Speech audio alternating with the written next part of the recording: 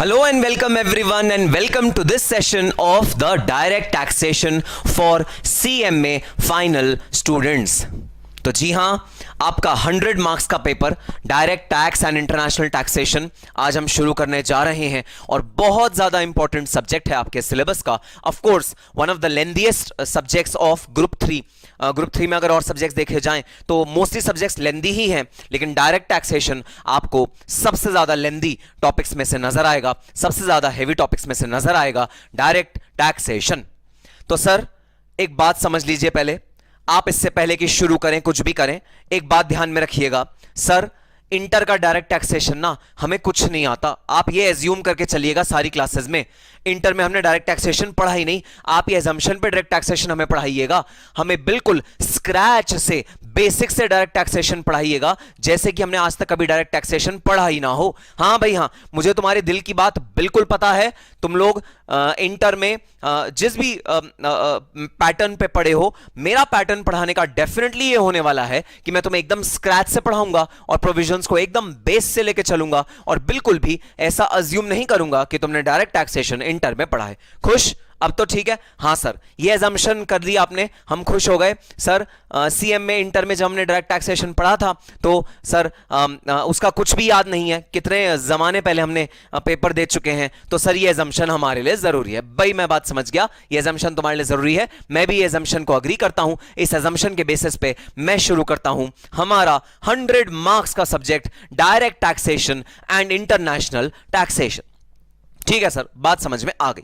तो भाई अब बात ये उठती है कि सर हम कॉस्ट अकाउंटेंट्स हैं। हाँ भाई हाँ, तुम मतलब हो नहीं, बनोगे फ्यूचर में। अरे सर मेंटली तो हम बन चुके हैं, इंस्टीट्यूट को बस तब ठप्पा देना है, मेंटली हम बन चुके हैं। इतना कॉन्फिडेंस? चलो ठीक है, मेंटली तुम बन चुके हो। सर तो ये बताइए कॉस्ट अकाउंटेंट्स की लाइफ में टैक्सेशन का क्या रोल है? What is the role of taxation in life of cost accountants?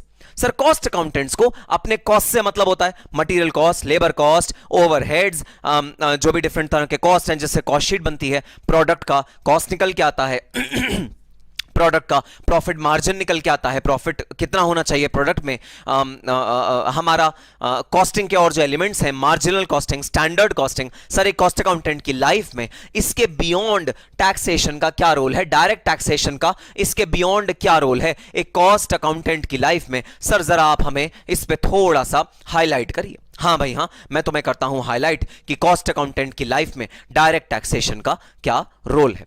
तो भाई देखो, फ्रैंकली बोल रहा हूं क्योंकि तुम्हारा वेल विशर हूं, तुम्हारा टीचर हूं, तो तुम्हें मुगालते में नहीं रखना चाहता, कंफ्यूजन में नहीं रखना चाहता, ज्यादा तुम्हारे दिमाग में भ्रम पैदा नहीं करना चाहता। कॉस्ट अकाउंटेंट की लाइफ में डायरेक्ट टैक्सेशन का कुछ भी रोल नहीं होता, ये बस मजबूरी है सब्जेक्ट को पढ़ना।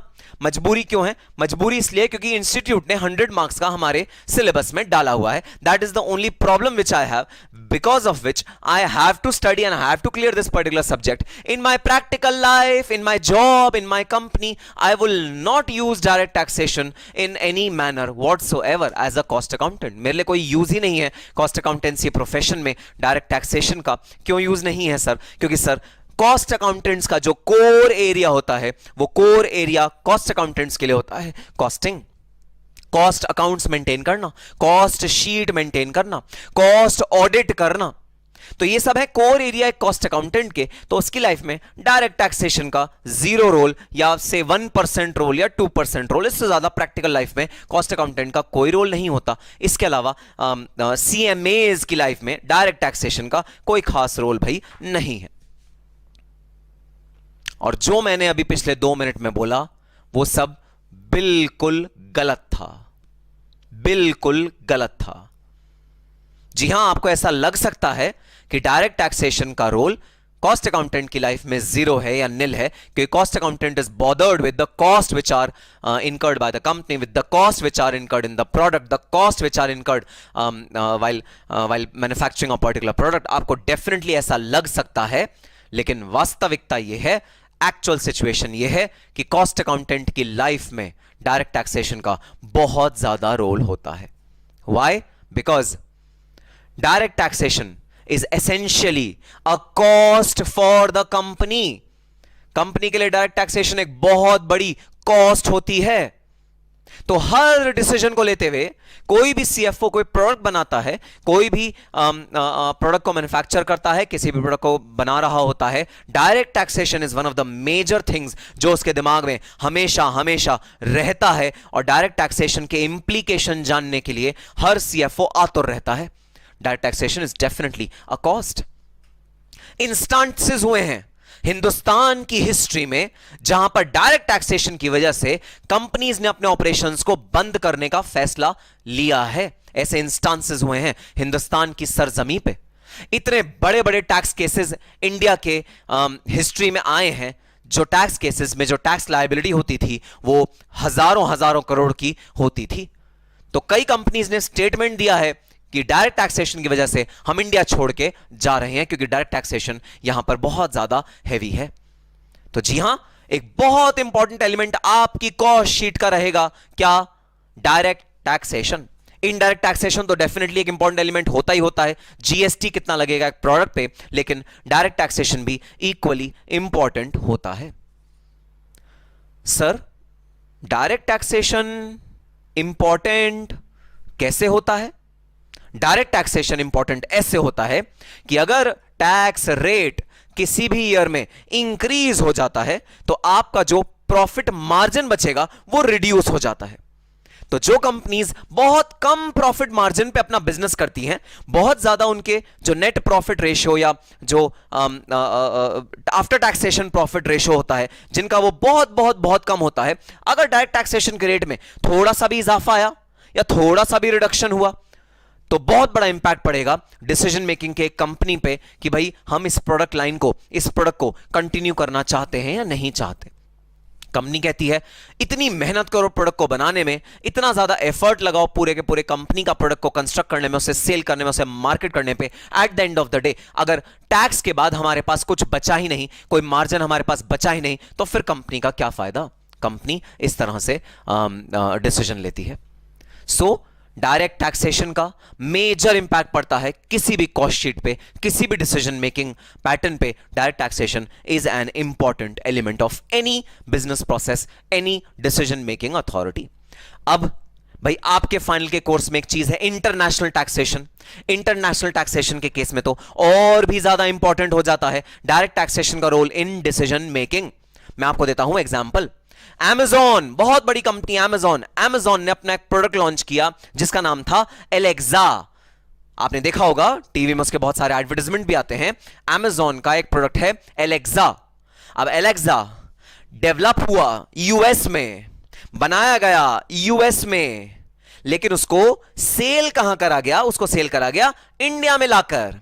अगर उसे सेल करा गया इंडिया में लाकर तो फिर यहां पर डबल टैक्सेशन का रिस्क आ जाता है। रिस्क सर कैसा डबल टैक्सेशन का रिस्क? डबल टैक्सेशन का रिस्क ऐसे, यूएस गवर्नमेंट बोलेगी मुझे टैक्स दो, इंडियन गवर्नमेंट बोलेगी मुझे टैक्स दो। अगर दो दो जगह टैक्स पे करना पड़ा तो फिर भाई ऐसा है, एलेक्सा को करो ताले में बंद, अमेज़न पैक करे, अपना बोरिया बिस्तर समेटे और अपने घर बैठे। अगर दो जगह टैक्स पे करना पड़ गया तो सर क्या ऐसा प्रैक्टिकली होता है कि दो जगह टैक्स करना पड़ जाए? यूजुअल सिचुएशन में तो नहीं होता, बट रेयर कुछ ऐसे इंस्टांसेस आए हैं जहां यह चीज भी पॉसिबल होती है। सो एलेक्सा जैसी चीज में, किसी भी तरह के इंटरनेशनल टैक्सेशन में जब भी डिसीजन मेकिंग करी जाती है, डायरेक्ट टैक्सेशन का मेजर रोल होता है कि भाई ये बताओ हमें कहां कहां किस किस कंट्री में कितना कितना टैक्स देना पड़ेगा। कहीं ऐसा ना हो हमारा सारा का सारा प्रॉफिट मार्जिन अलग अलग कंट्रीज में टैक्स देने में निकल जाए और हम क्या लेके बैठे हो हाथ में? कुछ भी नहीं। सो ये एक बहुत इंपॉर्टेंट डिसीजन मेकिंग एलिमेंट है डायरेक्ट टैक्सेशन, जो किसी भी बिजनेस डिसीजन को, किसी भी बिजनेसमैन को इंपैक्ट करता है। तो प्लीज ऐसा मत सोचना कि कॉस्ट अकाउंटेंट्स की लाइफ में सर टैक्सेशन का क्या रोल है। टैक्सेशन हर किसी फाइनेंस प्रोफेशनल को टच करता है इन अ यूनिक वे। हर किसी फाइनेंस प्रोफेशनल के लिए इंपॉर्टेंट होता है direct taxation, and direct taxation is not just a small piece of expenditure, it's a huge piece of expenditure बहुत ज्यादा होता है भाई डायरेक्ट टैक्सेशन का। ऑलमोस्ट मैं बोलूं तो 30% of your revenue, 30% of your income goes in taxation. तो भले ही आप सीएमएज हैं, प्लीज ऐसा मत सोचना, कई बच्चे सोचते हैं सर हमें बस पेपर निकालना है, हमें आगे ना जिंदगी में कभी डायरेक्ट टैक्सेशन का हम मुंह नहीं देखेंगे, सर हमें बहुत गंदा लगता है, इंटर में सब्जेक्ट में ना हमारी जान ले ली, सर आगे हम कभी सब्जेक्ट का मुंह नहीं देखेंगे। नहीं भाई नहीं, not at all, not at all possible. If you are a finance professional, staying away from direct taxation is not possible. Direct taxation is something that will touch your life in every sphere wherever you go. So class में जो मैं approach रखने वाला हूं वो बहुत simple सी, मैं आपको प्रैक्टिकली ये सब्जेक्ट पढ़ाने वाला हूं, मैं आपको रियल लाइफ के इंस्टांसेस देने वाला हूं, मैं आपको एकदम जैसा प्रैक्टिकल सिनारियो में होता है वो सारे सिनारियो कवर करके दिखाने वाला हूं, क्योंकि मुझे चाहिए ना केवल एग्जाम में अच्छे मार्क्स, बल्कि आपके आगे जाके जब आप इंटरव्यूअर के सामने बैठे हो, जब अपनी कंपनी में डायरेक्ट टैक्सेशन डिस्कस कर रहे हो, वहां पर मुझे चाहिए आपका डायरेक्ट टैक्सेशन पे एक बहुत स्ट्रांग होल्ड, प्रैक्टिकल एस्पेक्ट्स पे एक बहुत स्ट्रांग होल्ड। ठीक है सर आप जिद्दी हैं लगता है, आप मानेंगे नहीं, आप हमें एकदम प्रैक्टिकली डायरेक्ट टैक्सेशन पूरा का पूरा समझा के ही मानेंगे। हाँ जी हाँ, मैं आपको डायरेक्ट टैक्सेशन प्रैक्टिकली और एकदम 100% तरीके से समझा के ही मानूंगा। तो चलो आओ स्टार्ट करते हैं डायरेक्ट टैक्सेशन। ओके, तो सर सबसे पहले ये बताइए डायरेक्ट टैक्सेशन में कितने पार्ट्स हैं? भाई डायरेक्ट टैक्सेशन में आपके दो पार्ट्स हैं, एक डोमेस्टिक टैक्सेशन जहां हम डोमेस्टिक ट्रांजैक्शंस के बारे में पढ़ेंगे, दूसरा इंटरनेशनल ट्रांजैक्शंस जहां इंटरनेशनल टैक्सेशन जहां हम इंटरनेशनल ट्रांजैक्शंस के बारे में पढ़ेंगे। सर डोमेस्टिक टैक्सेशन में कौन सा लॉ इनकॉर्पोरेटेड है? डोमेस्टिक टैक्स में लॉ इनकॉर्पोरेटेड है income tax act 1961। 1961 income tax act included है डोमेस्टिक टैक्सेशन में, और income tax act read with income tax rules 1962, ये दो इंपॉर्टेंट एलिमेंट होते हैं जो कंप्राइज करते हैं डोमेस्टिक टैक्सेशन को। और जी हां, कुछ सर्कुलर्स, नोटिफिकेशंस, इस तरह की चीजें भी आती हैं जो डायरेक्ट टैक्सेशन जो डोमेस्टिकली गवर्नड होता है उसको रेगुलेट करता है। सर सबसे पहले बताइए what is the difference between domestic taxation and international taxation? तो भाई वो टैक्सेशन जो डोमेस्टिक ट्रांजैक्शंस पे लगता है, डोमेस्टिक मतलब इंडिया के अंदर ही जो ट्रांजैक्शंस हो रही हैं उस पे जो टैक्सेशन अप्लाई होता है उसे कहते हैं डोमेस्टिक टैक्सेशन। जैसे आपने इंडिया के अंदर ही ट्रांजैक्शन करी, आपने इंडिया के अंदर ही बिजनेस करा, आपने इंडिया के अंदर ही एम्प्लॉयमेंट करी, आपने इंडिया के अंदर ही सैलरी अपनी एक्यूमुलेट करी, आपने इंडिया के अंदर ही हाउस प्रॉपर्टी की इनकम को जनरेट किया। अगर आपने विद इन इंडिया अपनी अर्निंग्स करी, अपना रेवेन्यू अर्न किया within India, that is known as domestic transactions. और अगर आपने इंटरनेशनली अपने ट्रांजैक्शंस करी, इंटरनेशनली बिजनेस किया, किसी और कंट्री के साथ कोई लेन देन किया, किसी और कंट्री के साथ अपना व्यवहार किया, उसे बोलते हैं international transactions. So international transaction पे जो टैक्सेशन लगता है उसे बोलते हैं इंटरनेशनल टैक्सेशन। डोमेस्टिक ट्रांजैक्शन पे जो टैक्सेशन लगता है उसे बोलते हैं domestic taxation. So domestic taxation and international taxation are two types of taxation which is there in our syllabus. तो भाई इंटरनेशनल टैक्सेशन ऑलमोस्ट आता है आपके एग्जाम में 25 to 30 मार्क्स का, और domestic taxation balance paper form करेगा। सर डोमेस्टिक टैक्सेशन में income tax act 1961, income tax rules 1962, income tax के सर्कुलर्स, इनकम टैक्स के नोटिफिकेशंस, ये सारी की सारी चीजें डोमेस्टिक टैक्सेशन में कवर होती हैं। सर इंटरनेशनल टैक्सेशन में क्या कवर होता है? इंटरनेशनल टैक्सेशन में भाई सबसे पहले तो कवर होता है income tax act 1961। Cheating sir, cheating sir, cheating sir, income taxation, income tax act 1961 तो यहां डोमेस्टिक में कवर हुआ था, ये दोबारा इंटरनेशनल पे कैसे कवर हो गया? आपने तो बोला था इनकम टैक्स 1961 हम डोमेस्टिक टैक्सेशन को स्टडी करते हुए पढ़ेंगे, आपने यहां ये दोबारा कैसे लिख दिया? अरे भाई एक्ट में भी प्रावधान है कुछ इंटरनेशनल टैक्सेशन से रिलेटेड, कुछ प्रावधान जो बेसिक सोर्स है इंटरनेशनल टैक्सेशन का वो इनकम टैक्स एक्ट ही है। जी हां, इनकम टैक्स एक्ट को सपोर्ट करने के लिए एक और चीज है डबल टैक्सेशन अवॉइडेंस अग्रीमेंट्स, जो दो कंट्रीज के बीच में समझौते होते हैं। यह समझौता डबल टैक्सेशन अवॉइडेंस अग्रीमेंट और मल्टीलेटरल इंस्ट्रूमेंट, मैं सब पढ़ाऊंगा, सब डिटेल में पढ़ाऊंगा इन दोनों का मतलब क्या होता है, क्या इनके पीछे लॉजिक है, क्या इनके पीछे रीजनिंग है, सब चीजें पढ़ाऊंगा। बट बस अभी ये समझ लो डोमेस्टिक टैक्सेशन में सिर्फ income tax act 1961, income tax rules 1962, income tax के नोटिफिकेशन, सर्कुलर्स, जितने भी सपोर्टिंग डॉक्यूमेंट्स होते हैं वो सब डोमेस्टिक टैक्सेशन के पर्व्यू में आते हैं। और इंटरनेशनल टैक्सेशन के पर्व्यू में होता है income tax act 1961, DTA, MLI, ये सब चीजें मिलकर बनता है international tax law. So these are the two major parts which we have to study in our syllabus. Sir आज हम कौन सा पार्ट इन दोनों में से शुरू करने वाले हैं? भाई आज हम शुरू करने वाले हैं अपना 30 मार्क्स का, अप्रोक्सीमेटली 30 मार्क्स का पोर्शन, इंटरनेशनल टैक्सेशन। तो जैसा कि मैंने आपको बताया, इंटरनेशनल टैक्सेशन मींस वो वाला टैक्सेशन जो इंटरनेशनल ट्रांजैक्शंस पे अप्लाई होता है, उसे बोलते हैं इंटरनेशनल टैक्सेशन।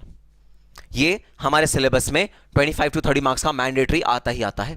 अब सुनना कमाल की बात, सुनना कमाल की, इस 70 to 75 मार्क्स को ऑब्टेन करने के लिए तुम्हें पढ़ने पड़ेंगे बहुत सारे चैप्टर्स, और इस 25 to 30 मार्क्स को ऑब्टेन करने के लिए तुम्हें पढ़ना पड़ेगा सिर्फ एक चैप्टर, इंटरनेशनल टैक्सेशन।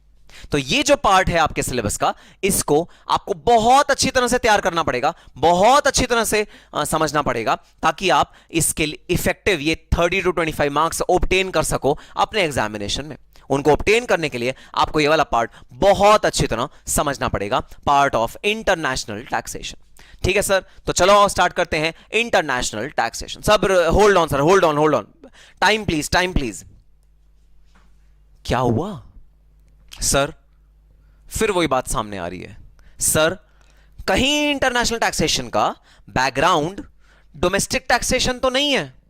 फिर सर हमें समझने में प्रॉब्लम होगी, क्योंकि डोमेस्टिक टैक्सेशन हमने आपको बताया सीएम में इंटर में कोई ढंग से नहीं करा सर फिर समझने में प्रॉब्लम होगी, आप ये पढ़ा दोगे फिर हम आगे कैसे बढ़ेंगे सर, फिर दोबारा दिक्कत होगी सर। कहीं सीएम में इंटर का डोमेस्टिक टैक्सेशन या डोमेस्टिक टैक्सेशन एज सच कहीं रिलेटेड तो नहीं है इंटरनेशनल टैक्सेशन से? कहीं हमें समझने में दिक्कत तो नहीं होगी इंटरनेशनल टैक्सेशन को? अगर हम डोमेस्टिक टैक्सेशन को बहुत अच्छे तरह नहीं पढ़े हैं तो कोई दिक्कत नहीं होगी। International taxation is absolutely a new, a fresh topic which is there in your syllabus. इसका domestic taxation से लिंक तो है, लेकिन मैं वो लिंक समझाऊंगा तुम्हें स्क्रैच से। बिल्कुल भी अपने दिमाग से ये बात निकाल देना कि तुमने पीछे कुछ पढ़ा होना चाहिए इंटरनेशनल टैक्सेशन को समझने के लिए। कोई दिक्कत नहीं है इंटरनेशनल टैक्सेशन को फ्रेश स्टार्ट करने के लिए, even if your mind has no memories of domestic taxation. हाँ भाई हाँ, तुम गजनी हो, गजनी नहीं याद है तुम्हें डोमेस्टिक टैक्सेशन के कोई भी प्रोविजन, कोई टेंशन नहीं है। International taxation is independent of domestic taxation. जहां भी डिपेंडेंस होगी वहां मैं तुम्हें एक्सप्लेन करूंगा ढंग से। ठीक है सर, अब रिलीफ आ गया। ठीक है सर, अब हम इंटरनेशनल टैक्सेशन को स्टार्ट कर सकते हैं। तो भाई इंटरनेशनल टैक्सेशन का जो बेस है वो बेस है इंटरनेशनल ट्रांजैक्शंस। इंटरनेशनल टैक्सेशन का जो बेस है वो बेस है इंटरनेशनल ट्रांजैक्शंस। इंटरनेशनल ट्रांजैक्शंस का मतलब ये ऐसी ट्रांजैक्शंस जो विद इन इंडिया नहीं हो रही, जो इंडिया और किसी और कंट्री के बीच में हो रही हैं, they are known as international transactions. So जो टैक्सेशन इंटरनेशनल ट्रांजैक्शन पे अप्लाई करता है उस वाले टैक्सेशन को बोलते हैं इंटरनेशनल टैक्सेशन। सर ये क्या मतलब हुआ? सर ये क्या मतलब हुआ? गलत बात है सर चाहे ट्रांजैक्शन डोमेस्टिक हो चाहे ट्रांजैक्शन इंटरनेशनल हो, लॉ तो दोनों पे एक ही लगना चाहिए। ये क्या नाइंसाफी है सर? नाइंसाफी क्यों सर? चाहे मैं अपने इंडिया के ही लोगों से डील कर रहा हूं, चाहे मैं इंडिया बाहर जाके एशिया के लोगों से डील कर रहा हूं, सर अलग अलग लॉ क्यों? अरे मेरा प्रोडक्ट सेम है। सपोज मैं हल्दीराम के नमकीन बेचता हूं, मैं हल्दीराम के नमकीन बेचता हूं, ये मेरा व्यापार है। मैं हल्दीराम से थोक में नमकीन खरीदता हूं, वो नमकीन मैं बाहर जाके या इंडिया में बेचता हूं। मैं उनका होलसेलर हूं या रिटेलर हूं। मैं हल्दीराम के ऑथराइज्ड फ्रेंचाइजी मैंने ली हुई है, मैं हल्दीराम के प्रोडक्ट्स को डिस्ट्रीब्यूट करता हूं। सर ऐसा क्यों? ऐसा क्यों कि सर अगर मैं वो बेचूं इंडिया में, अगर ट्रांजैक्शन हो इंडिया में सर, तो मेरे पे लगेगा इनकम टैक्स एक्ट 1961। और अगर मैं बेचूं इंडिया से बाहर जाके, अगर मैं बेचूं फॉरेन कंट्रीज में, तो मेरे पे लगेगा एक डिफरेंट लॉ। सर ऐसा क्यों? ऐसा कैसे हो सकता है सर? ऐसा क्यों हमारे लॉ ने करा है? इतना ज्यादा कॉम्प्लिकेशन क्यों आ गई है? रीजन बड़ा सिंपल सा है। जब तुम व्यापार करते हो इंडिया के अंदर अंदर, तो तुम्हारी जो गवर्निंग अथॉरिटी होती है वो होती है Indian income tax act. Indian income tax act या इंडियन इनकम टैक्स अथॉरिटी। तुम्हें गवर्न कौन कर रहा है? Indian income tax authority. तो वहां पर जो लॉ लगता है वो कौन चलाता है? इंडियन इनकम टैक्स अथॉरिटी चलाती है। और जैसे ही तुमने किसी और की सरजमी पे पैर रख दिया और वहां पर तुम कोई इकोनॉमिक ट्रांजैक्शन करने लगे, वहां पर एक और बंदा पिक्चर में आ जाता है। वो बंदा कौन है? वो बंदा है US revenue authorities, which are the income tax department of US. US का इनकम टैक्स डिपार्टमेंट होता है यूएस रेवेन्यू अथॉरिटीज। सो जो डोमेस्टिक ट्रांजैक्शंस होती हैं, डोमेस्टिक ट्रांजैक्शंस को गवर्न करती हैं इनकम टैक्स अथॉरिटीज। और जहां पर तुमने अपनी कंट्री से बाहर किसी और की कंट्री में पैर रखा, वहां पर फॉरेन कंट्री की इनकम टैक्स अथॉरिटीज भी पिक्चर में आ जाएंगी। हमारे केस में यूएस रेवेन्यू अथॉरिटीज भी पिक्चर में आ जाएंगी। यह रीजन है कि हमको ज्यादा सतर्क रहना पड़ेगा इंटरनेशनल ट्रांजैक्शन में। हमें जो हम डोमेस्टिक ट्रांजैक्शन में टैक्सेशन कर रहे हैं उसके अलावा कुछ और करना पड़ेगा इंटरनेशनल ट्रांजैक्शन में। हमें ज्यादा सतर्क रहना पड़ेगा, बिकॉज एक और एंटिटी है जो कि इन्वॉल्व हो गई है, एक और टैक्स अथॉरिटी है जो कि इन्वॉल्व हो गई है इस पूरी की पूरी ट्रांजैक्शन में, which is US revenue authorities.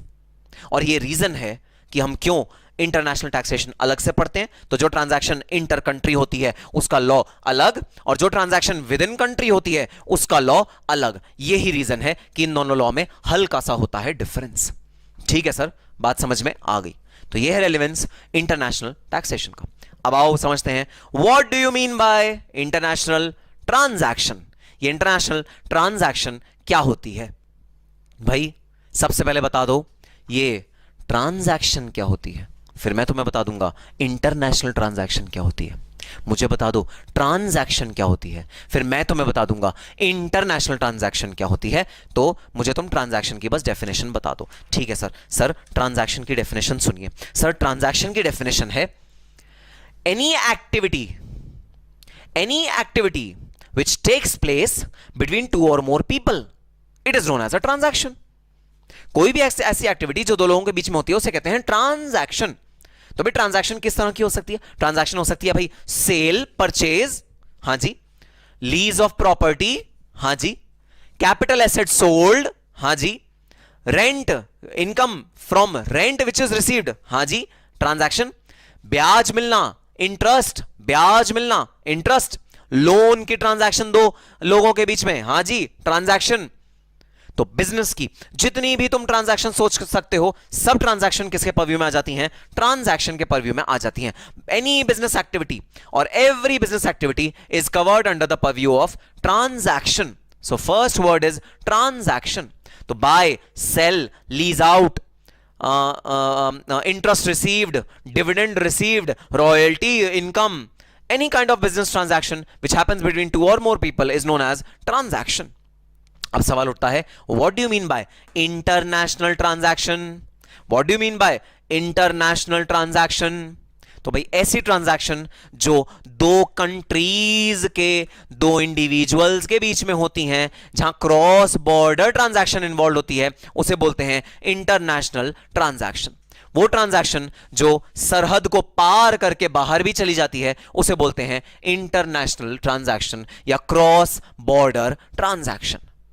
So international transaction means any transaction of sale of a product, of purchase of a product, of purchase of raw material, or selling of services, royalty, interest, dividend, any kind of transaction which happens between two or more companies situated in two different countries is known as international transaction. और मैंने आपको पहले ही बताया भाई, जहां दूसरी government involve हो गई वहां मुझे रहना पड़ेगा ज्यादा सतर्क। सर ऐसा क्यों बोल रहे हो? क्या यह गवर्नमेंट बदमाश है? क्या यह गवर्नमेंट मिस्चीवियस है जिसकी वजह से ज्यादा सतर्क रहना पड़ेगा? नहीं भाई नहीं, मिस्चीवियस कोई नहीं होता, बदमाश कोई नहीं होता। सब अपने इंटरेस्ट की रक्षा करते हैं, सब अपने हितों की रक्षा करते हैं। हितों की रक्षा दोनों इंडियन इनकम टैक्स अथॉरिटी भी करेंगी, यूएस रेवेन्यू अथॉरिटी भी करेंगी, जिसकी वजह से हम इंटरनेशनल टैक्सेशन में दोनों अथॉरिटीज को इक्वल इंपॉर्टेंस देंगे। अब सर कैसे हितों की रक्षा दोनों करेंगी और कैसे वो डिस्प्यूट में कन्वर्ट होगा, आओ देखते हैं। भाई यहां यह है इंडिया में है मिस्टर ए। मिस्टर ए का क्या काम? मिस्टर ए का ये काम, वो ऑथराइज्ड डीलर हैं हल्दीराम्स के प्रोडक्ट वो इंडिया से उठाते हैं, इंडिया से खरीदते हैं और इंडिया में वो ऑथराइज्ड डीलर हैं हल्दीराम्स के प्रोडक्ट के, वो इंडिया से ये प्रोडक्ट लेके बेचते हैं यूनाइटेड स्टेट्स ऑफ अमेरिका में। तो भाई यूनाइटेड स्टेट्स ऑफ अमेरिका में है mister Joseph, who is a फिरंग, लेकिन उन्हें हल्दीराम के जो चटपटे नमकीन होते हैं, जो उनकी मिठाइयां होती हैं या उनके जो स्नैक्स होते हैं, बहुत पसंद है मिस्टर जोसेफ को। तो मिस्टर ए क्या करते हैं? मिस्टर ए हल्दीराम के प्रोडक्ट्स को खरीदते हैं और उन्हें सेल करते हैं। कहां पर? यूएस में सेल करते हैं। यूएस वाले लोग मिस्टर जोसेफ इन वाले हल्दीराम के पैकेट्स को परचेज करते हैं। तो बताओ सेल कौन कर रहा है? सेल कर रहे हैं मिस्टर ए। परचेज कौन कर रहा है? परचेज कर रहे हैं मिस्टर जोसेफ। तो यह हो गई भाई एक इंटरनेशनल ट्रांजैक्शन। अब सवाल उठता है, अगर ये एक इंटरनेशनल ट्रांजैक्शन है, हर ट्रांजैक्शन पे टैक्स लगता है, हर ट्रांजैक्शन पे टैक्स पे करना होता है, ऑब्वियस सी बात है इस ट्रांजैक्शन पे भी टैक्स पे करना होगा। अब सवाल ये उठता है, इस ट्रांजैक्शन पे टैक्स पे कौन करेगा? सर आइडियली टैक्स पे उसे करना चाहिए जिसकी इनकम है। जो इनकम कमा रहा है वही तो टैक्स पे करेगा। और ये बताना इनकम किसकी है? इनकम सर इनकम है मिस्टर ए की। मिस्टर जोसेफ का तो खर्चा है, खर्चा। मिस्टर जोसेफ का तो एक्सपेंडिचर है, उन्होंने परचेज किया ना मिस्टर जोसेफ ने, तो ये तो एक्सपेंडिचर है, वो तो एक्सपेंस कर रहे हैं, एक्सपेंस खर्चा है। इनकम किसकी है भाई? इनकम है मिस्टर ए की।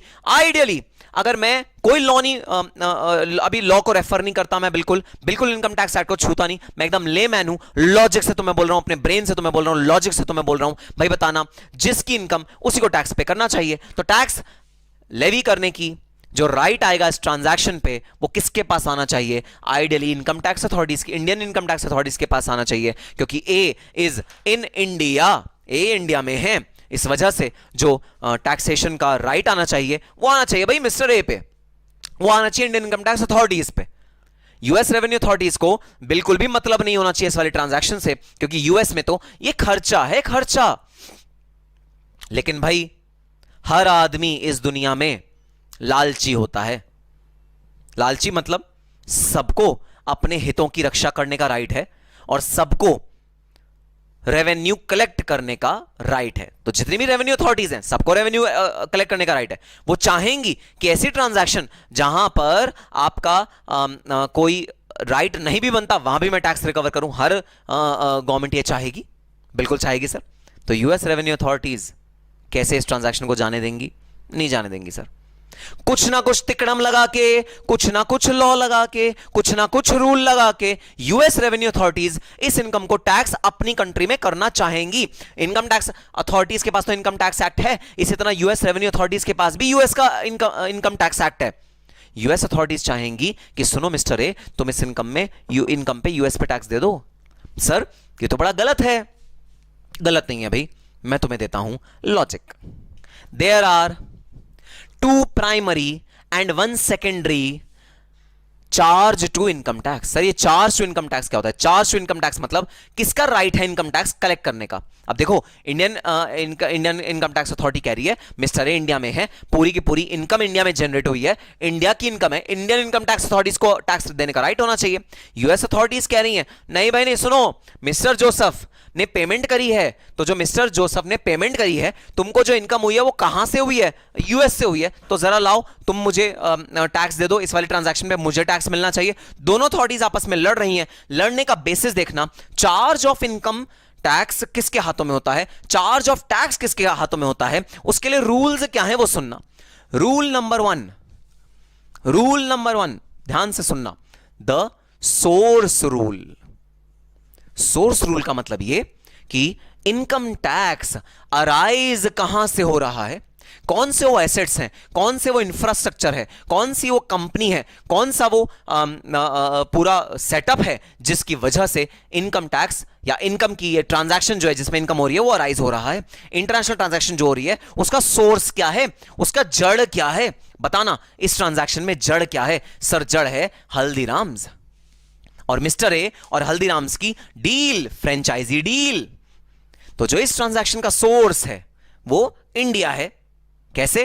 हल्दीराम की बताओ फैक्ट्री कहां है? इंडिया में। मिस्टर ए सिचुएटेड कहां है? इंडिया में। मिस्टर और हल्दीराम के बीच में तो डील हुई है वो कहां हुई है? इंडिया में। मिस्टर ए के पास जो पूरा इनकम आया वो कहां है? इंडिया में। सब की सब चीजें इंडिया में हो रही हैं।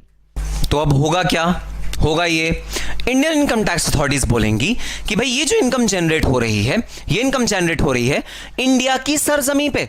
जितना भी इकोनॉमिक एक्टिविटी हो रही है, जैसे वो जो नमकीन प्रोड्यूस हो रहा है, हल्दीराम्स की जो फैक्ट्री सिचुएटेड है, हल्दीराम्स का जो हेड ऑफिस सिचुएटेड है, जितना भी काम हो रहा है वो सब हो रहा है इंडिया की सरजमीन पर।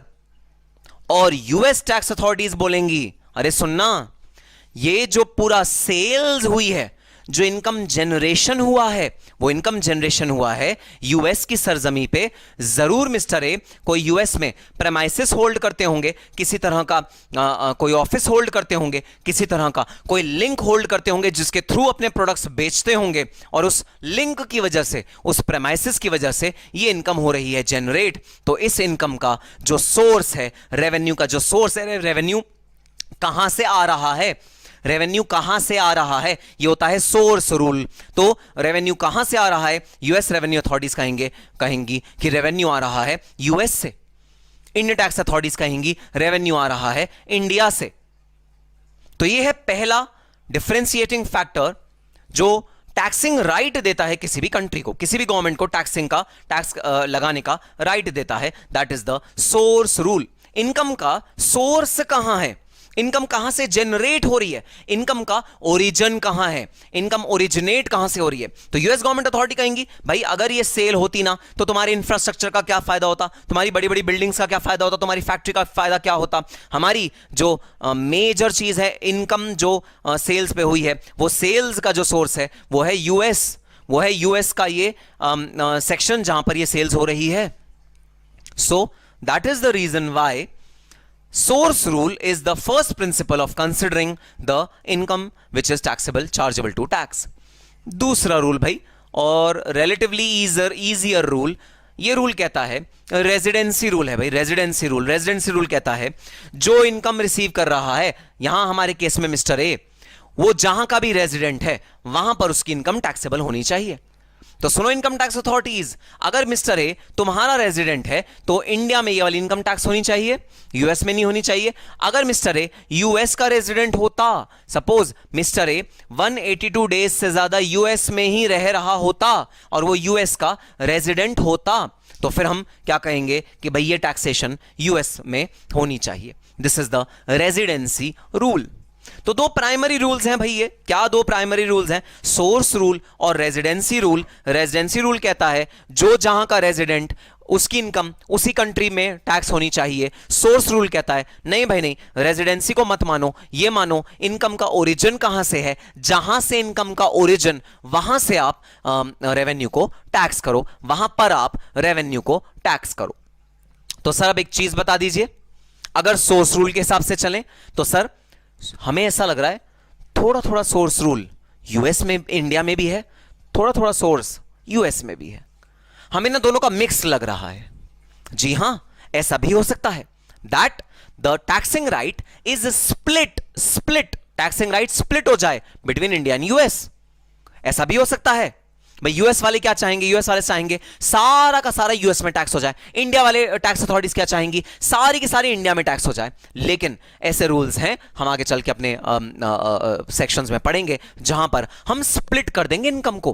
कुछ पोर्शन इंडिया के हाथ में टैक्स कर देंगे जहां तक सोर्स इंडिया में हम मानेंगे, कुछ पोर्शन यूएस के हाथ में टैक्स कर देंगे जहां तक हम यूएस में सोर्स मानेंगे। सो स्प्लिटिंग इज ऑल्सो पॉसिबल। सो लड़ाई झगड़ा कहां? लड़ाई झगड़ा ये भाई, हमें टैक्सेशन के राइट्स डिस्ट्रीब्यूट करने हैं। इंटरनेशनल ट्रांजैक्शन में सबसे बड़ी दुख की बात ही ये होती है, हमें टैक्स कौन करेगा, यूएस करेगा या इंडिया करेगा, इसको स्प्लिटिंग करना है। इसको स्प्लिटिंग करते हुए हमें दिक्कत ही आती है किस कंट्री को हम कितना राइट दें स्प्लिट करने का। जिस कंट्री को हम ज्यादा राइट देंगे स्प्लिट करने का वो खुश रहेगा, जिस कंट्री को हम कम राइट देंगे स्प्लिट करने का वो नाराज रहेगा हमसे। अब सर ये हम कौन है, कौन स्प्लिटिंग राइट देता है कंट्रीज को? स्प्लिटिंग राइट देती हैं कंट्रीज खुद। जी हां, यूएस की अथॉरिटी और इंडिया की अथॉरिटी दोनों बैठती हैं आमने सामने एक टेबल पे और वो नेगोशिएट करती हैं और वो मांडवली करती हैं, वो एक दूसरे से डिस्कशन करती हैं कि कहां पर टैक्सिंग राइट, किस ट्रांजैक्शन का टैक्सिंग राइट किस कंट्री को मिलना चाहिए. This is known as the mutual discussion, which is documented in a document called DTAA. अब सुनना, डबल टैक्सेशन अवॉइडेंस अग्रीमेंट क्या होता है भाई. इस पूरी ट्रांजैक्शन में इंडियन गवर्नमेंट बोलेगी, सुनो मिस्टर ए, तुम रेजिडेंट हो इंडिया के, तो जरा रेजिडेंट रूल लगा दो और इंडिया में पूरा का पूरा टैक्स दे दो. यूएस गवर्नमेंट कहेगी, सुनो मिस्टर ए, तुम सोर्स रूल लगा दो, सोर्स रूल, और ऐसा मानो कि तुम्हारी इनकम यूएस से ओरिजिन हुई है और तुम पूरा का पूरा टैक्स दे दो यूएस में. यहां हो जाएगा डिस्प्यूट, यहां हो जाएगी लड़ाई. इस लड़ाई में कौन मारा जाएगा? मिस्टर ए मारा जाएगा, क्योंकि उसको पे करना पड़ेगा 2 बार टैक्स. सेम इनकम पे 2 बार टैक्स. एक बार टैक्स लगाएगी इंडियन इनकम टैक्स अथॉरिटी, वो तो ऑब्वियसली उसके लिए रेजिडेंट रूल बेनिफिशियल है ना. यहां पर वो कहेगी रेजिडेंट रूल के हिसाब से आप हमें टैक्स दे दो. और दूसरा टैक्स लगाएगी US government authority, US authority. क्यों यूएस अथॉरिटी टैक्स लगाएगी? क्योंकि यूएस अथॉरिटी लगाएगी सोर्स रूल. वो कहेगी देखो सोर्स ऑफ इनकम कहां है? यूएस से आ रहा है सोर्स ऑफ इनकम, तो तुम यूएस में टैक्स दे दो. तो यहां पर अराइज होगा सिचुएशन ऑफ डबल टैक्सेशन. और यहां जब situation of double taxation arise होगा तो मारा कौन जाएगा? मारा जाएगा मिस्टर ए. इसलिए जरूरत है, यहां इनकम टैक्स एक्ट यूएस वाला अप्लाई होता है, यहां इनकम टैक्स एक्ट इंडिया वाला अप्लाई होता है. अब जरूरत इस बात की है कि भाई हम लोग मांडवली करें, जहां पर भी ऐसी सिचुएशन राइज हो रही है कि दोनों कंट्रीज में टैक्स होने का चांस बन गया है, वहां पर डीटीएए हमको बताएगा कौन सी कंट्री को राइट मिलेगा टैक्स लेने का. नहीं भाई नहीं, ऐसा नहीं हो सकता कि दोनों कंट्रीज को टैक्स लेने का राइट मिल जाए, वरना एक ही इनकम पे 2 बार टैक्स लग जाएगा. And it is a golden principle of law that double taxation is not permissible under the income tax laws. Double taxation permissible नहीं होते हैं. जी सर, तो अगर डबल टैक्सेशन परमिसेबल नहीं होते हैं तो एक को, किसी भी एक को टैक्सिंग राइट मिलेगा. वो टैक्सिंग राइट किससे मिलेगा? वो मिलेगा डबल टैक्सेशन अवॉइडेंस अग्रीमेंट से. ठीक है सर, बात समझ में आ गई. सो हमने सबसे पहले पढ़ा इंटरनेशनल ट्रांजैक्शन, उसके बाद हमने पढ़ा डबल टैक्सेशन. इंटरनेशनल ट्रांजैक्शन में सबसे ज्यादा रिस्क होता है डबल टैक्सेशन का. भाई डोमेस्टिक ट्रांजैक्शन में कोई रिस्क नहीं होता डबल टैक्सेशन का, क्योंकि सिर्फ एक इनकम टैक्स अथॉरिटी इन्वॉल्व होती है इंडिया की. वो कहां डबल टैक्सेशन कर देगी? वो तो एक ही बार टैक्स लेगी ना, तो वहां पर चिंता नहीं है. डोमेस्टिक में चिंता नहीं है. चिंता कहां है? इंटरनेशनल टैक्सेशन में चिंता है. किस चीज की चिंता है? डबल टैक्सेशन की चिंता है under the international transaction. Double taxation की चिंता है.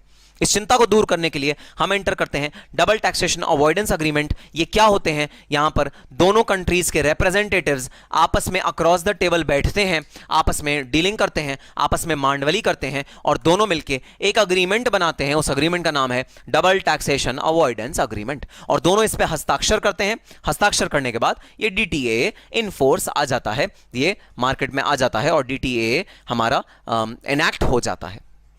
ठीक है सर, बात समझ में आ गई. So international taxation leads to double taxation. Double taxation is the source of dispute between two countries and therefore there is a need of double taxation avoidance agreement. या एक वर्ड और आज आपको इंट्रोड्यूस करता हूं भाई आपके साथ, MLI, मल्टीलेटरल इंस्ट्रूमेंट. अब समझो ये क्या होता है मल्टीलेटरल इंस्ट्रूमेंट. भाई डबल टैक्सेशन अवॉइडेंस अग्रीमेंट दो लोगों के बीच में होता है, दो कंट्रीज के बीच में होता है, दो कंट्रीज के रिप्रेजेंटेटिव्स के बीच में होता है. मल्टीलेटरल इंस्ट्रूमेंट मल्टीपल कंट्रीज के बीच में होता है. तो भाई जैसे जो साउथ एशियन कंट्रीज हैं, जैसे India, Myanmar, Bangladesh, Japan, China और जितने भी साउथ मलेशिया, जितने भी साउथ एशियन कंट्रीज हैं, उन सब ने मिलकर बोला भाई हम इंडिविजुअली एक दूसरे के साथ बैठेंगे, पहले तुमसे बात करो, फिर तुमसे बात करो, फिर तुमसे बात करो, फिर तुमसे बात करो, आओ सब इकट्ठा मिल जाते हैं और सब एक कॉमन प्लेटफॉर्म पे आके कॉमन एक दूसरे के लिए लॉ बना देते हैं. भाई सीधी सी बात है, डबल टैक्सेशन अवॉइड कर रहे हैं तो जो लॉ प्रिंसिपली बनना चाहिए वो तो सबके लिए कॉमन होना चाहिए.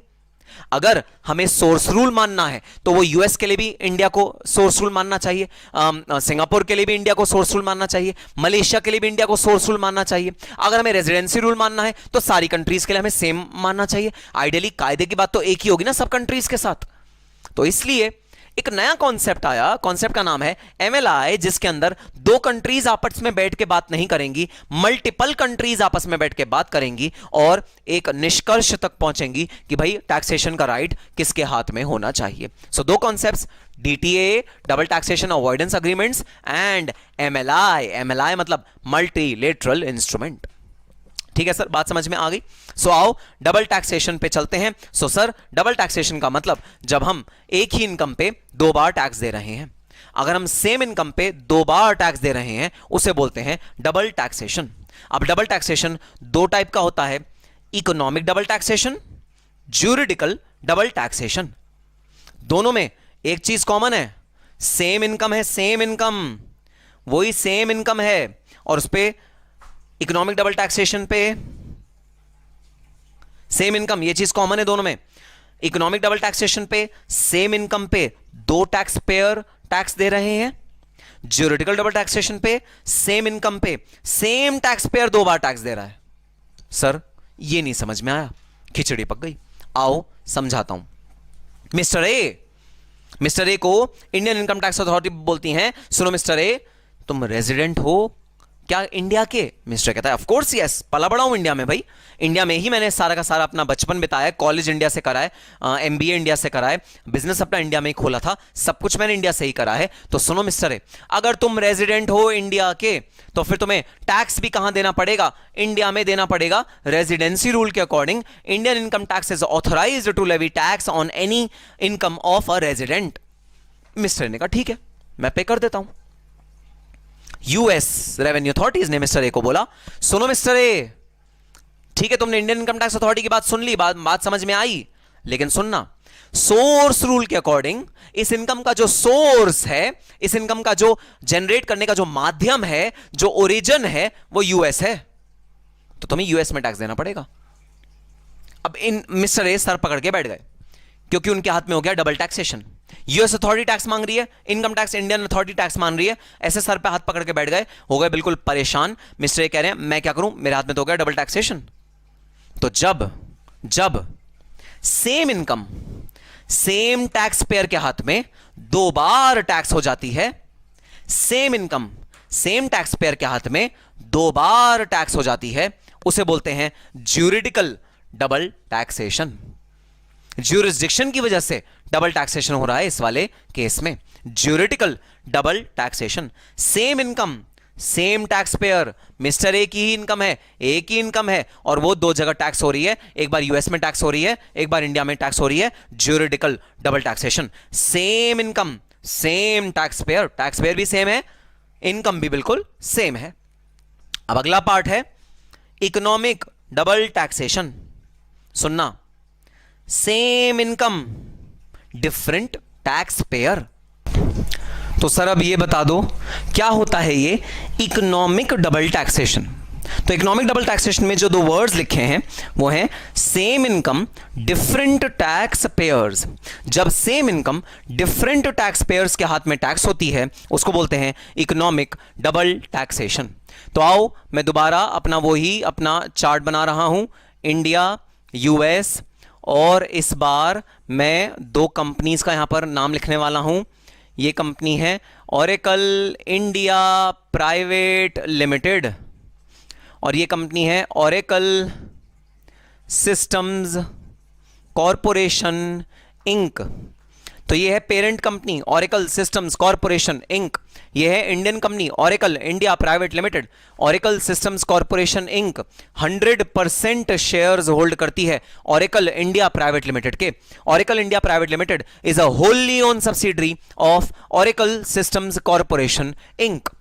Oracle India Private Limited is a wholly owned subsidiary for Oracle Systems Corporation Inc. तो नेचुरल सी बात है, Oracle India Private Limited जितना भी इनकम कमाती होगी उसमें से एक सब्सटैंशियल पोर्शन किसको देती होगी भाई डिविडेंड्स की तरह अपने शेयर होल्डर को। शेयर होल्डर का क्या नाम है? Oracle Systems Corporation। हाँ जी हाँ सर। तो sir Oracle India Private limited कमाती होगी, कमाने के बाद अपने शेयर होल्डर्स को पैसा देती होगी, वो पैसा डिविडेंड्स के रूप में ओरेकल सिस्टम्स कॉर्पोरेशन को देती होगी। कौन? Oracle India Private limited. अब हम लोगों ने लॉ में एक कॉन्सेप्ट पढ़ा था, आपने इंटर में भी पढ़ा होगा, फाइनल में भी है, सैलोमन वर्सेस सैलोमन का केस, जिसमें कहते थे कि there is a corporate veil, there is a corporate veil which is there between the company and the share holders, and that corporate veil means company has a different identity, share holders have a different identity. ऐसा corporate law के हमने principles में कहीं तो पढ़ा था। हाँ जी हाँ सर, पढ़ा था। लिफ्टिंग ऑफ कॉर्पोरेट व्हील एक कॉन्सेप्ट पढ़ा था हमने। दोनों को हम अलग अलग पर्सन मानते हैं, लेकिन एक कायदे की बात बताओ यार, मैं भावुक हो रहा हूं, मैं इमोशनल हो रहा हूं, इमोशन होने के तहत मैं तुमसे एक बात पूछ रहा हूं, बताना जरा, क्या कंपनी शेयर होल्डर्स दोनों एक दूसरे, एक ही सिक्के के दो पहलू नहीं हैं? क्या दोनों एक ही पर्सन नहीं है? क्या दोनों एक ही चीज के दो रूप नहीं हैं? अरे भाई, शेयर होल्डर ही तो कंपनी है और कंपनी ही तो शेयर होल्डर है। शेयर होल्डर ही तो सारे डिसीजन लेता है, कंपनी में कैसे काम होगा, क्या काम होगा, operation activity board of director को दी जाती है, बोर्ड ऑफ डायरेक्टर चूज कौन करता है, अगेन शेयर होल्डर चूज करते हैं। तो ये सारा का सारा काम जो होता है वो कंपनी और शेयर होल्डर की मिली भगत से ही तो होता है। तो ये जो लिफ्टिंग ऑफ कॉर्पोरेट व्हील का कंसेप्ट है, ये जो कंसेप्ट है कि दो लोग अलग अलग होते हैं, या दो जो एंटिटीज होती हैं, ये जो दो पर्सन है वो अलग अलग दो पर्सन है, ये जो पूरा कॉन्सेप्ट है जो हम लॉ में पढ़ते हैं, भाई इस वाले कॉन्सेप्ट के चलते जरा मुझे बता दो, क्या प्रैक्टिकली, वो कॉन्सेप्ट को ध्यान में रखो, लेकिन क्या प्रैक्टिकली, क्या शेयर होल्डर और कंपनी एक ही बात है या दोनों अलग अलग बात हैं? वो कॉन्सेप्ट मैंने लॉ में पढ़ा है, वो बिल्कुल ठीक है, लेकिन सर अगर हम प्रैक्टिकली सोचें तो सर एक ही बात है। जो बिजनेस इनकम, सुनना जरा ध्यान से, जो बिजनेस इनकम कंपनी कमा रही है, वो बिजनेस इनकम, अरे भाई कंपनी अपने पास रख के क्या करेगी? थोड़ा सा तो री इन्वेस्टमेंट के लिए चाहिए होता है, लेकिन बाकी कंपनी अपने पास रख के क्या करेगी? क्या कंपनी ये कहेगी कि भाई मुझे एक बहुत बड़ा बंगला चाहिए, मैं अपना बंगला खरीदना चाहता हूं, या मुझे गाड़ियां चाहिए जिसमें मैं बैठ के सवारी करूं और मैं निकल लूं? क्या डिस्पोजेबल इनकम कंपनी डिस्पोज कर सकती है? Answer is no. Disposable income कौन डिस्पोज कर सकता है? भाई सिर्फ और सिर्फ शेयर होल्डर्स ही डिस्पोज कर सकते हैं, जो डिविडेंड्स के रूप में कंपनी से इनकम को एक्सट्रैक्ट कर लेते हैं। तो अब जरा कायदे की बात बताना, same income which is business income, क्या वो दो लोगों के हाथ में टैक्स नहीं हो रही? कौन दो लोग? एक तो ओरेकल इंडिया प्राइवेट लिमिटेड, वो पीजीबीपी के सेक्शन के अंदर टैक्स दे रहा है, और ओरेकल सिस्टम्स कॉर्पोरेशन जो उसकी होली ओन सब्सिडरी है, वो भी डिविडेंड के रूप में टैक्स दे रहा है। क्या सेम इनकम दो लोगों के हाथ में टैक्स नहीं हो रही? सर ये तो चलो आप कह रहे हो दो लोग हैं, ठीक है, एक एग्जांपल और ले लेते हैं, एग्जांपल दे देखना, लैंडलॉर्ड एंड टेनेंट के बीच का एग्जांपल है, लैंडलॉर्ड एंड टेनेंट के बीच का एग्जांपल है। लैंडलॉर्ड टेनेंट को रहने की परमिशन देता है, राइट टू यूज देता है, और टेनेंट लैंडलॉर्ड को रॉयल्टी नहीं, रेंट देता है, रेंट। तो लैंडलॉर्ड टेनेंट को राइट टू यूज देता है, टेनेंट लैंडलॉर्ड को रेंट देता है।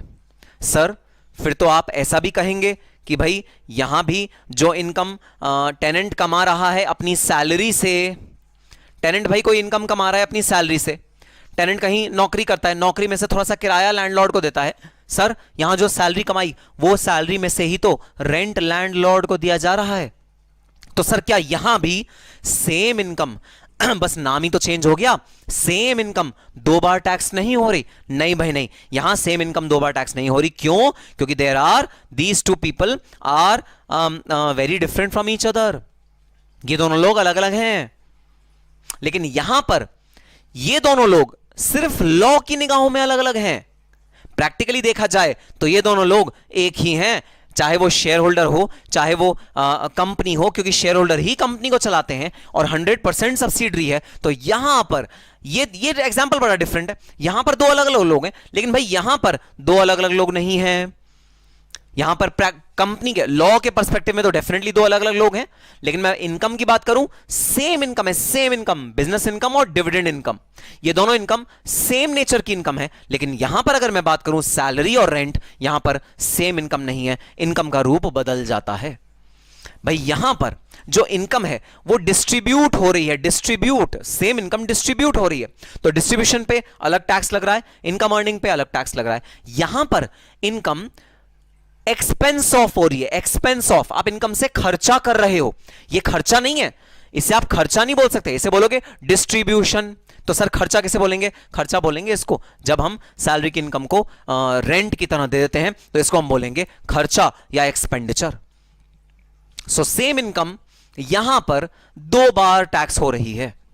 अगर सेम इनकम यहां पर 2 बार टैक्स हो रही है, 2 अलग अलग टैक्स पेयर्स के हाथ में, एक बार ओरेकल इंडिया के हाथ में, एक बार ओरेकल सिस्टम कॉर्पोरेशन के हाथ में, क्योंकि भाई लॉ इन दोनों को अलग अलग मानता है, लेकिन भाई मैं इनकम तो सेम ही मान रहा हूं, मुझे लगता है ये दोनों इनकम बिल्कुल सेम है, और ये 2 अलग अलग लोगों के अगर हाथों में टैक्स हो रही है, तो भाई इसे कहते हैं इकोनॉमिक डबल टैक्सेशन।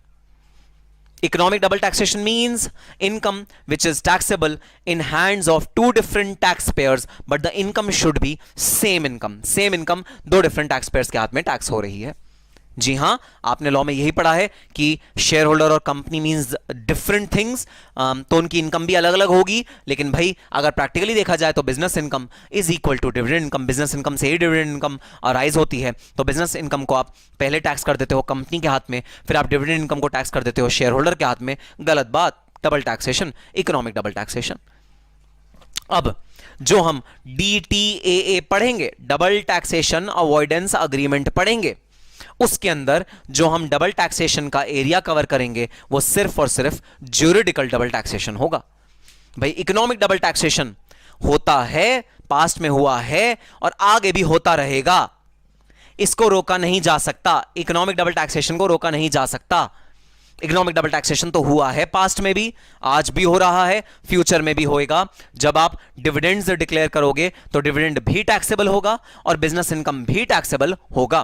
तो sir double taxation avoidance agreement का एम क्या होगा? डबल टैक्सेशन अवॉइडेंस अग्रीमेंट का होगा भाई एम ज्यूरिडिकल डबल टैक्सेशन। जब same income same tax payer के हाथ में 2 बार टैक्स होती है, अगर same income same tax payer के हाथ में 2 बार टैक्स होती है तो उसको हम बोलते हैं ज्यूरिडिकल डबल टैक्सेशन। और वो ज्यूरिडिकल डबल टैक्सेशन के पर्व्यू में आएगा, जिसको डबल टैक्सेशन अवॉइडेंस अग्रीमेंट के थ्रू हम लोग कर्व करने की या कर्टेल करने की कोशिश करेंगे। इकोनॉमिक डबल टैक्सेशन को रोका नहीं जा सकता, कोई एफर्ट अभी लगा भी नहीं रहा इकोनॉमिक डबल टैक्सेशन को रोकने के लिए, क्योंकि सारी कंट्रीज के लॉ यही कहते हैं भाई कि share holder and the company are 2 different people. If they are 2 different people, then business income and dividend income are 2 different streams of income, and therefore if you tax both of them separately, there is no harm in it. सारे countries के law यही कहते हैं।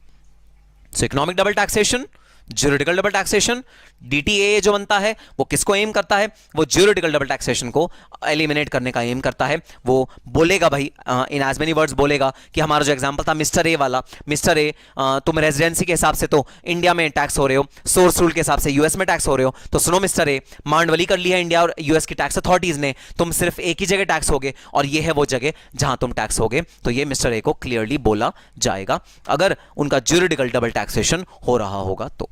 So this is the difference between economic double taxation and juridical double taxation. Same income, different taxpayers. Same income, same taxpayer. If are taxed twice, then it is known as juridical double taxation. If this is the situation, then it is known as economic double taxation. ठीक है sir, बात समझ में आ गई। So this is the concept of double taxation where same income is being taxed twice. Once the same income is being taxed in hands of same tax payer in 2 different countries. Second, when the same income is taxed in hands of 2 different taxpayers, then it is known as economic double taxation. ठीक है sir, बात समझ में आई। तो ये था हमारा concept of double taxation and international transaction. ठीक है सर।